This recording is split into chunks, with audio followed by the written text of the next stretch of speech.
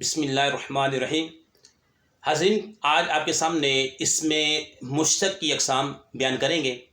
آئیے سب سے پہلے جانتے ہیں کہ اس میں مشتق کی تعریف کیا ہے۔ وہ اس میں مشتق جو مصدر سے بنایا جائے، اس طرح کے شکل اور معنی نیا ہو لیکن مادہ وہی ہو۔ جیسے دربن ہے، دربن مصدر ہے، اس کا معنی ہے مارنا، اس سے ہم نے بنایا ہے ضاربن۔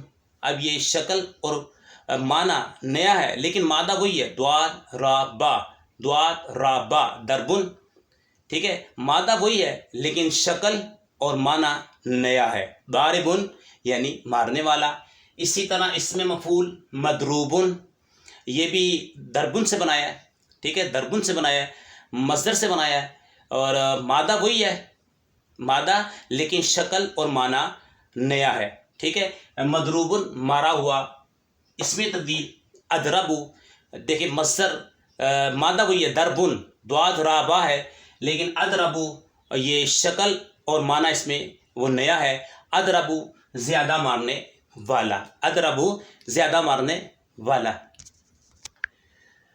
ہم اس میں مشتق کے بارے میں آپ کو بتا رہے ہیں۔ اس میں مشتق کی 6 اقسام ہیں۔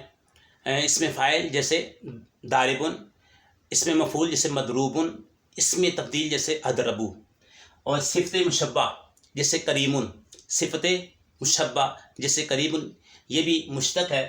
اس میں اعلیٰ جیسے مضربن، اس میں اعلیٰ جیسے مضربن، اور اس میں ضرب جیسے مضربن، اس میں ضرب جیسے مضربن، صفت مشبہ جیسے کریمن، اور اس میں اعلیٰ جیسے مضربن، اس میں ظرف جیسے مضربن۔